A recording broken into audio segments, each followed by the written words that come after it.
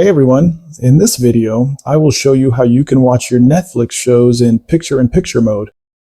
If you are on the Chrome Web Store or Mozilla Firefox, go to the Chrome Web Store and then click on the search bar and type PIP, picture-in-picture. So this is the extension.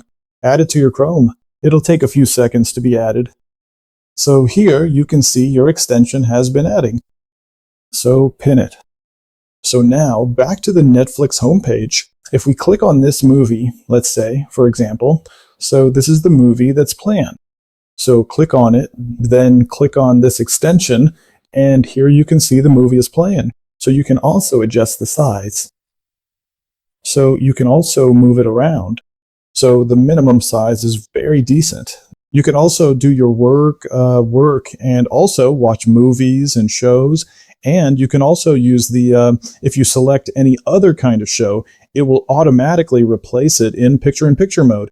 So here you will click on this and you can see your content is in this extension. So if you like this video, please subscribe to this YouTube channel.